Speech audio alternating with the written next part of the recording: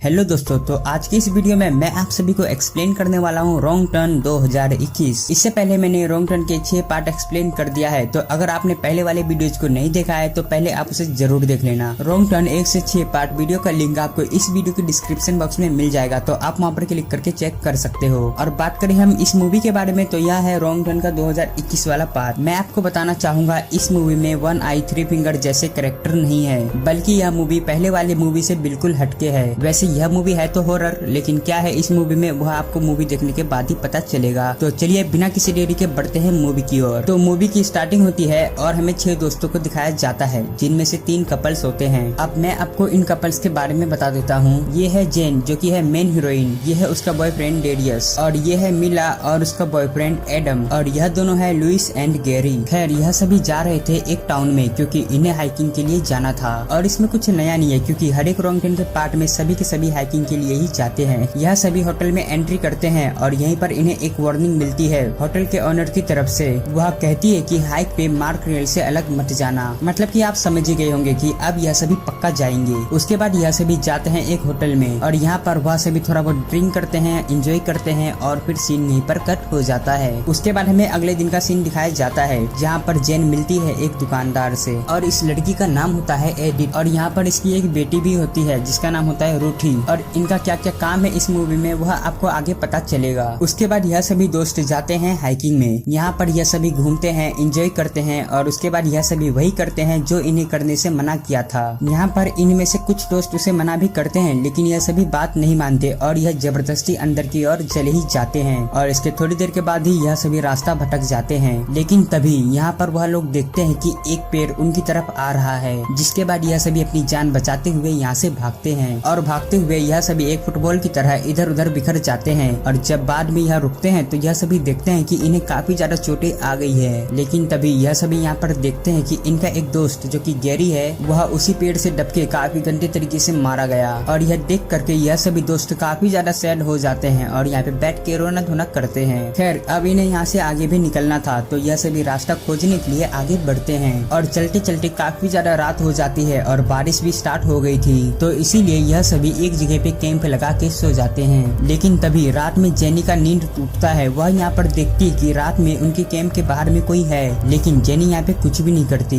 उसके बाद जब सुबह में यह सभी उठते हैं तो यह सभी देखते हैं कि उनके फोन्स गायब होते हैं, और इनकी जो एक दोस्त थी मीना, वह भी नहीं दिख रही थी। तो वह सभी मिल के मीना को ढूंढने लगते हैं। लेकिन तभी इन्हें वॉल पे एक नोटिस बोर्ड मिलता है, जिसमें फाउंडेशन के बारे में कुछ लिखा था। यहाँ पर फाउंडेशन ही एक मेन विलन है। असल में इस जंगल में कुछ लोग रह रहे होते हैं, और यह जंगल ही इनका अड्डा होता है, जहाँ पर आउटसाइड के लोग अलाउ नहीं होते। और यह इनका एक छोटा सा गांव की तरह था, जिसका नाम इन्होंने फाउंडेशन रखा था। और अगर यहाँ पे कोई आउटसाइड का लोग एंटर करता है तो उसका रिजल्ट अच्छा नहीं होता। तो इसीलिए जंगल से जो बाहर में लोग रहते थे वह सभी इन्हें वार्निंग देते थे कि हाइक पे मत जाना, और अगर जाओगे तो संभल के जाना, क्योंकि उनका कहना होता है कि वहाँ पर जो भी जाता है तो वह वापिस नहीं आता। तो चलो वापिस आ जाओ अब स्टोरी की तरफ। यह सभी फाउंडेशन को इग्नोर करते हैं और वह आगे बढ़ते हैं। यहाँ पर उन्हें रूठी दिखती है, वही छोटी सी बच्ची, और यह उन्हें छुप छुप के देख रही थी। और यहाँ पे उस लड़की के अलावा और भी लोग थे जो उन्हें छुप छुप के देख रहे थे। उसके बाद यह सभी इसे भी इग्नोर करते हैं और आगे की ओर बढ़ते हैं। लेकिन आगे में इन्हें मिलते हैं कुछ ऐसे जाल जो इन्हें काफी ज्यादा नुकसान पहुंचाते हैं। और यह सभी जितने भी जाल बिछाए गए थे यह सभी फाउंडेशन के लोगों ने बिछाया था। और इन्हीं में से एक जाल में एडम फंस जाता है और वह एक गड्ढे में जाके गिरता है। तो यहाँ पर यह सभी तो अकेले कुछ कर नहीं सकते थे, तो इसीलिए यह सभी हेल्प मांगने के लिए निकल जाते हैं। और आगे चलते चलते इन्हें एक जगह मिलती है जहाँ पर इन्हें बहुत सारे फोन दिखते हैं, और इसके साथ साथ यहाँ पे बहुत सारे औजारें भी होती है। लेकिन तभी इन्हें यहाँ पर 2 लोग दिखते हैं, और यह दोनों एडम को अपने साथ में बांध के लेके जा रहे थे। तो इसीलिए यह तीनों दोस्त मिलके अपने दोस्त एडम को बचाने के लिए उनके सामने जाते हैं। और यहाँ पे इन्हें लग रहा था कि इन्होंने एडम को मार दिया है, लेकिन ऐसा नहीं था, एडम अभी जिंदा था। और इन तीनों दोस्तों में से एक दोस्त इतने ज्यादा गुस्से में था कि वह उन 2 लोगों में से एक लोग को वहीं पर मार देता है, मतलब कि काफी ज्यादा बुरे तरीके से मारता है। इसको यहाँ पे पे लग रहा था कि इन दोनों ने मिलकर इसकी गर्लफ्रेंड मीला को मार डाला। और यहाँ पे जो इसका दूसरा बंदा था जो कि एक मास्क पहना हुआ था वह यहाँ से भाग जाता है। लेकिन तभी वहाँ पर मीला वापस आती है और यह यहाँ पर बताती है कि मुझे किसी ने किडनैप नहीं किया था, बस मैं हल्की होने गई थी, मतलब यार बाथरूम में गई थी बताओ। और अब यहाँ पे इन लोगों ने एक ऐसे आदमी को मार दिया था जो कि बिल्कुल मासूम था और यही होती है इन लोगों की सबसे बड़ी गलती। उसके बाद अब फाउंडेशन के लोग भी चुप कहाँ बैठने वाले थे, वह लोग भी एक एक करके सबको किडनैप करना शुरू कर देते हैं। सबसे पहले वह लुइस को किडनैप करते हैं, जिसके बाद इन सभी को काफी ज्यादा टेंशन होना स्टार्ट हो गया था और यह सब अब इधर उधर भागना शुरू कर दिए। और इसी बीच मीना एक ट्रैप में गिर जाती है और यहाँ पे जो उसका बॉयफ्रेंड था वह उसे वहीं पर छोड़ देता है और वह अकेले ही भाग जाता है। और इसी वजह से यहाँ पर मीला बहुत बुरी मौत मरती है। लेकिन वो कहते हैं ना, बुरे काम का बुरा नतीजा, बाद में उसके बॉयफ्रेंड को भी धर लिया जाता है और उसे भी वह लोग और साथ में वह दूसरे कपल जेन और डेरियल को भी फाउंडेशन के लोग पकड़ लेते हैं। उसके बाद सीन यहीं पर कट होता है और हमें दूसरे सीन में जेन के डैड को दिखाया जाता है, क्योंकि जेन के फादर उसे कई बार कॉल कर रहे थे लेकिन जेन यहाँ पे उसका कॉल नहीं पिक कर रही थी। वहीं दूसरी तरफ हमें जेन को दिखाया जाता है, उसको और उसके दोस्तों को एक जेल जैसी जगह में कैद करके रखते हैं। लेकिन तभी यहाँ पे वह औरत एडिथ आती है जिसे हमने मूवी के स्टार्टिंग में देखा था और वह उन तीनों दोस्तों को वहाँ से निकालती है और एक जगह पे ला रही होती है। और यहीं पर इनको पूरा विलेज देखने को मिलता है। यहाँ पर वह सभी काम कर रहे होते हैं और रह रहे होते हैं। उसके बाद इन सभी को उस जगह पे लाया जाता है जहाँ पर लुइस होता है, इनका वह दोस्त जो किडनैप हो गया था। और तभी वहाँ पर एक मास्क पहना आदमी आता है और वह अपना मास्क उठाता है और यहाँ पर यही वह आदमी है जो इन सभी का लीडर होता है, मतलब कि फाउंडेशन का लीडर। और यहाँ पर इसका नाम होता है जॉन बेनेवल। और यहाँ पर जॉन इन सभी से कहता है कि तुम चारों जहाँ पर खड़े हो यह है कोर्ट, यह कोई ऐसा वैसा कोर्ट नहीं है बल्कि यह फाउंडेशन का अपना कोर्ट है और तुम चारों को यहाँ पे इसलिए बुलाया है क्योंकि तुमने एक आदमी का मर्डर कर दिया। और दोस्तों यह कोई ऐसा वैसा कोर्ट नहीं था बल्कि एक रियल कोर्ट था। यहाँ पर सभी थे, जज से लेकर के वकील तक। यहाँ पर वह जज उनसे कहता है कि तुम झूठ मत बोलना, अगर तुमने मर्डर किया है तो साफ साफ बता दो। लेकिन यहाँ पर वह लड़की जैन इनसे झूठ बोल देती है और वह कहती है कि इसने कोई मर्डर नहीं किया। लेकिन तभी यह सभी उस बच्ची रूठी को बुलाते हैं जो यह सभी कुछ छुप छुप के देख रही होती है और यह सभी कुछ सच सच बता देती है और वह उंगली करके बताती है कि एडम ने ही उसका मर्डर किया था। तो इसीलिए अब यहाँ पे एडम के लग जाते हैं एल।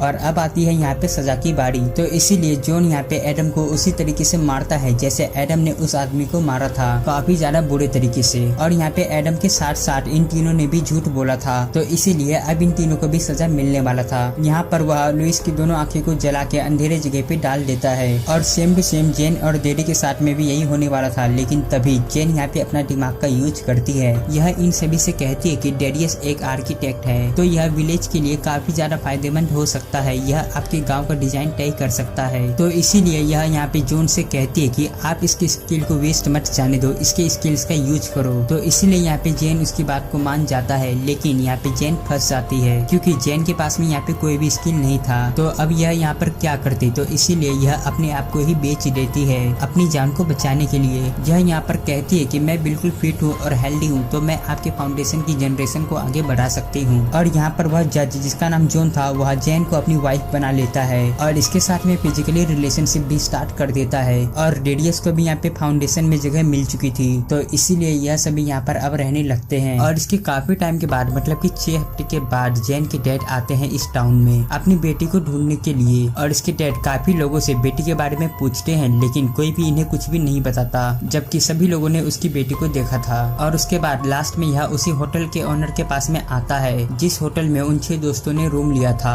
और यहाँ पे वह लेडी इसको सभी कुछ बता देती है उस फाउंडेशन के बारे में। और उसके बाद वह एक आदमी के पास में लेके जाती है जिसका नाम होता है हब। असल में इसे यहाँ पे जंगल और फाउंडेशन के बारे में काफी नॉलेज होता है और यहाँ पर पैसों के लिए वह स्कॉट की मदद करने के लिए रेडी हो जाता है। उसके बाद वह अपने बेटे को भी साथ में ले लेता है और जंगल में एंट्री करता है। लेकिन जैसे ही यह यहाँ पर एंट्री करता है वैसे ही इसकी यहाँ पर बहुत ही दर्दनाक तरीके से मौत हो जाती है। यार मुझे एक बात बताओ, यह तो आया था उस बुड्ढे की बेटी को बचाने के लिए ना, तो यह स्टार्टिंग में ही कैसे मारा जा सकता है। चलो छोड़ो यार, जाने वालों को अब कौन रोक सकता है। तो वापस आ जाओ अब स्टोरी की ओर। और यहाँ पर जेन के फादर उस आदमी के पास से एक छोटी सी गन को ले लेता है और यहाँ से निकलता है। लेकिन आखिर में आके रात में इसे कुछ लोग पकड़ लेते हैं और यहाँ पे जेनी अपने डैड को ही एक तीर मारती है और फिर रात में आती है चुपके से अपने फादर के पास में और वह उसे उस गड्ढे से निकालती है और उसे बताती है कि अगर मैं आपको तीर नहीं मारती तो यह लोग आपको मार देते। उसके बाद वह अपने डैड के साथ में डेडियस के पास में आती है, लेकिन यहाँ पे डेडियस यहाँ से जाने से मना कर देता है। उसका कहना होता है कि उसकी यहाँ यहाँ पर ज्यादा वैल्यू है बाहर की दुनिया के कंपेयर में, तो इसीलिए यह यहाँ से जैन के भागने में तो हेल्प करता है, लेकिन यह यहाँ पर रुक जाता है।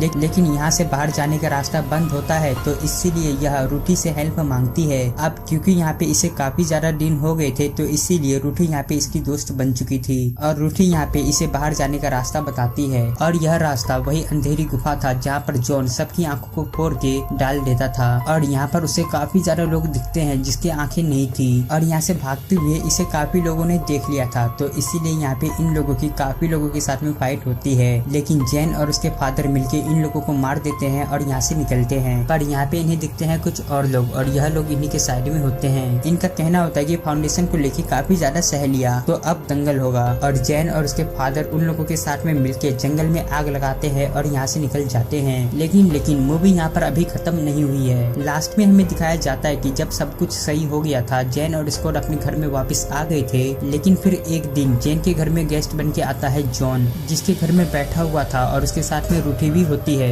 एक्चुअली में जॉन अपने बच्चे के लिए यहाँ पर आया हुआ होता है क्योंकि अभी जैन प्रेग्नेंट होती है और उसके पेट में जॉन का बच्चा होता है और यहाँ पर वह जैन को हंसी खुशी अपने साथ में चलने के लिए कहता है और बदले में यह उसकी फैमिली के साथ में कुछ भी नहीं करेगा, तो इसीलिए जैन यहाँ पे इसकी डील को एक्सेप्ट कर लेती है और उसके साथ में चलने के लिए रेडी हो जाती है। पर गाड़ी में बैठने के बाद जैन इन सभी को कुत्ते की मौत मारती है, पर वह उस छोटी लड़की को नहीं मारती जिसका नाम रूठी होता है और इसी के साथ मूवी यहीं पर एंड हो जाती है। तब तक के लिए आप इन दोनों में से किसी भी एक वीडियो पे क्लिक करो और एंजॉय करो। दोस्तों, अगर आपको वीडियो पसंद आया हो तो वीडियो को एक लाइक और साथ ही ऐसी इंटरेस्टिंग वीडियोस को देखने के लिए हमारे चैनल को सब्सक्राइब जरूर करना। तब तक के लिए bye bye and take care. Thanks for watching and your support.